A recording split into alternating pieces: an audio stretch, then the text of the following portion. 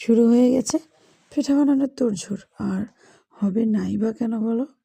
আমার মার একমাত্র মেজো মেয়ের জামাই প্রবাসে চলে যাচ্ছে, তার ছুটি শেষ।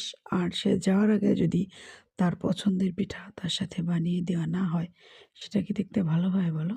তো ফ্রেন্ডস, আসসালামু আলাইকুম, কেমন আছে সবাই?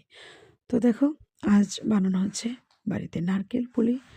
তো তার জন্যে প্রথমে পিঠা বানাতে বসে গেছে আমার দুই মা। একজন বেলে দিচ্ছে আর একজন কেটে নিচ্ছে।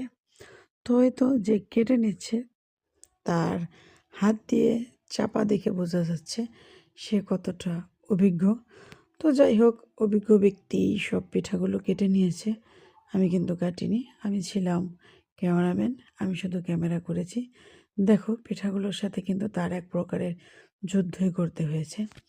তো কী করা যাবে, সে এভাবেই একটা একটা করে ধীরে ধীরে সবগুলো পিঠা কেটে নিয়েছে।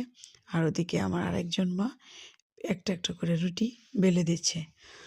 তো এই তো দেখো, পিঠাগুলোকে সে পরপর সব বানিয়ে নিচ্ছে। তো এই পিঠাগুলোকে যেহেতু বানিয়ে একসাথে অনেকগুলো রেডি করে নিতে হয়, তার কারণ এটা ভাজতে শুরু করলে খুব তাড়াতাড়ি ভাজা হয়ে যায়, অত বানিয়ে রেডি করা যায় না। তো দেখো, এই তো পিঠাগুলোকে কেটে একটা ঝাঁপি ভরে নিয়েছে।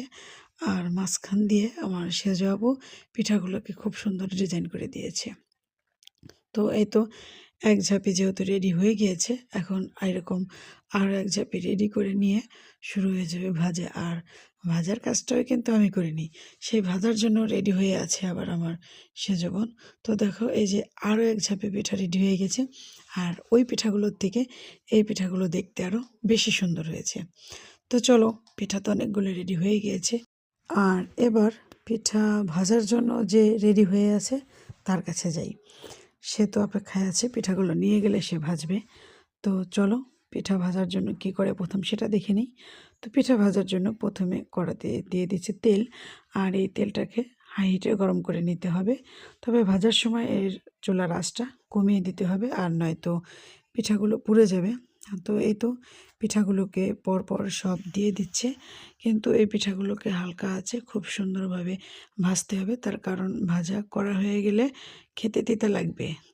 আর পিঠাগুলো ভাজতে যেহেতু সময় লাগে, তো এজন্য পুরো পিঠা ভাজা হওয়া পর্যন্ত অপেক্ষা করতে হবে।